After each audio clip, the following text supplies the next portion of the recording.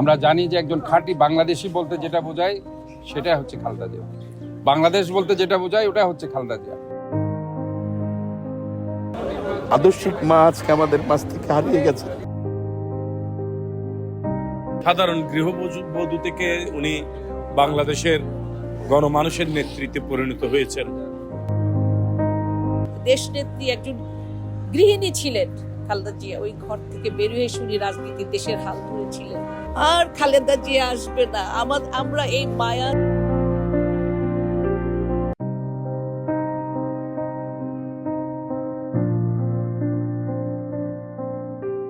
বাংলাদেশের প্রথম নারী প্রধানমন্ত্রী ও বিএনপি চেয়ারপারসন বেগম খালেদা জিয়া আর নেই। মঙ্গলবার ঢাকার একটি হাসপাতালে চিকিৎসাধীন অবস্থায় তিনি শেষ নিঃশ্বাস ত্যাগ করেন। তিনবারের সাবেক প্রধানমন্ত্রীর প্রয়াণে রাজনৈতিক অঙ্গন সহ সারা দেশে শোকের ছায়া নেমে এসেছে।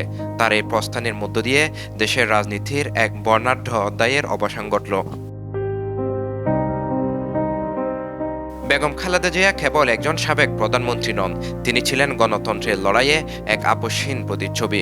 1981 সালে স্বামী জিয়াউর রহমানের মৃত্যুর পর গৃহবধূর জীবন ছেড়ে রাজনীতিতে পা রাখেন তিনি। মাঠ পর্যায়ের আন্দোলন সংগ্রামে নেতৃত্ব দিয়ে এক দশকের মধ্যেই দলকে দেশের শীর্ষ রাজনৈতিক শক্তিতে রূপান্তর করেন তিনি। একজন নারী হয়েও তিনি কখনো বিদেশে পালিয়ে যাননি, বরং রাষ্ট্রযন্ত্রের নিপীড়ন, অপমান ও নানা ষড়যন্ত্রের বিরুদ্ধে একাই লড়াই চালিয়ে গেছেন। জেল, জুলুম ও নির্যাতন সহ্য করেও অবিচল সাহস ও দৃঢ়তায় রাজপথের রাজনীতিতে তিনি ছিলেন অটল। উনি শুধু বাংলাদেশ জাতীয়তাবাদী দলের নেত্রী ছিলেন, উনি বাংলাদেশের আপাময় জনসাধারণের একজন নেত্রী ছিলেন। এই নেতৃত্ব উনি ওনার গুণেই কিন্তু গুণান্বিত হয়েছে। আমরা জানি যে একজন খাঁটি বাংলাদেশি বলতে যেটা বোঝায় সেটা হচ্ছে খালেদা জিয়া। বাংলাদেশ বলতে যেটা বোঝায় ওটা হচ্ছে খালেদা জিয়া। খালেদা জিয়ার মৃত্যুতে চট্টগ্রামের রাজনৈতিক অঙ্গনে নেমে এসেছে গভীর শোকের ছায়া। মৃত্যুর খবর ছড়িয়ে পড়ার পর থেকেই নগরীর খাজিরদেউরির নসিবন ভবনে অবস্থিত বিএনপির দলীয় কার্যালয়ে জড়ো হতে থাকেন নেতাকর্মীরা। সেখানে কোরআনে খতম ও বিশেষ দোয়ার আয়োজন করা হয়।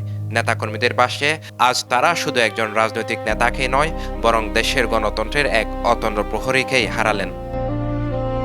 তিনবারের প্রধানমন্ত্রী উনি হয়েছিলেন এবং এই জন্য বাংলাদেশের মানুষ, আপাময় জনসাধারণ ওনাকে ভালোবাসেন দেখে, ওনার নেতৃত্বের কারণে, ওনার আপসহীন ভূমিকার কারণে কিন্তু এটা হয়েছে।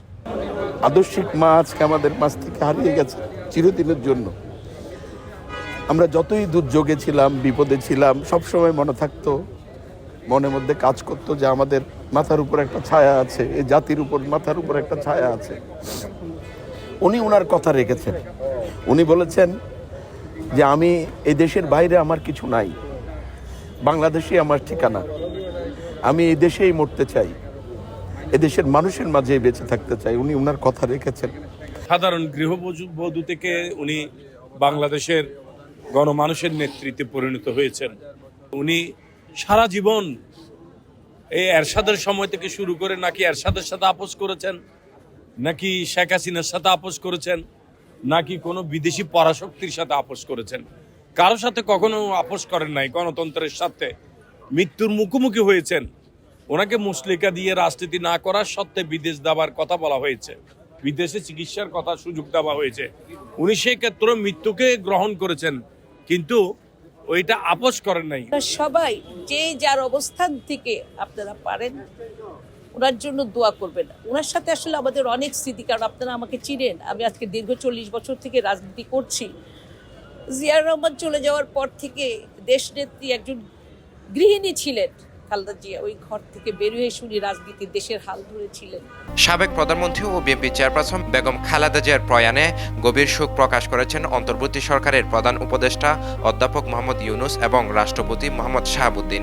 খালেদা জিয়ার মৃত্যুতে আগামী 3 দিনের রাষ্ট্রীয় শোক ঘোষণা করেছে প্রধান উপদেষ্টা। এছাড়া তার জানাজার দিন আগামীকাল বুধবার সাধারণ ছুটি ঘোষণা করা হয়। অন্যদিকে দলীয়ভাবে 7 দিনের শোক কর্মসূচি ঘোষণা করেছে BNP. BNP chairperson Begum Khaleda জিয়ার মৃত্যুতে শোকের ছায়া কেবল দেশের গণ্ডিতে সীমাবদ্ধ নয়, বিশ্বজুড়েও নেমে এসেছে গভীর শোক। ভারত, পাকিস্তান, চীন, যুক্তরাষ্ট্র ও জাতিসংঘ সহ বিশ্বের বিভিন্ন দেশের রাষ্ট্র ও সরকার প্রধানরা তার মৃত্যুতে শোক প্রকাশ করেছেন। পৃথক শোক বার্তায় তারা বাংলাদেশের রাজনীতিতে খালেদা জিয়ার ভূমিকা ও অবদান গভীর শ্রদ্ধার সঙ্গে স্মরণ করেন। বিএনপি চেয়ারপারসন খালেদা জিয়ার জানাজা আগামীকাল বুধবার বাদে জোহর জাতীয় সংসদ ভবনের দক্ষিণ প্লাজা সংলগ্ন মানিক মিয়া এভিনিউতে অনুষ্ঠিত হবে বলে জানিয়েছে অন্তর্বর্তী সরকার। জানাজার পর রাষ্ট্রীয় মর্যাদায় তাকে তার স্বামী প্রয়াত রাষ্ট্রপতি ও বিএনপির প্রতিষ্ঠাতা জিয়াউর রহমানের পাশে দাফন করা হবে। Sheikh Mohammad Faisal, CTG post, Chittagong.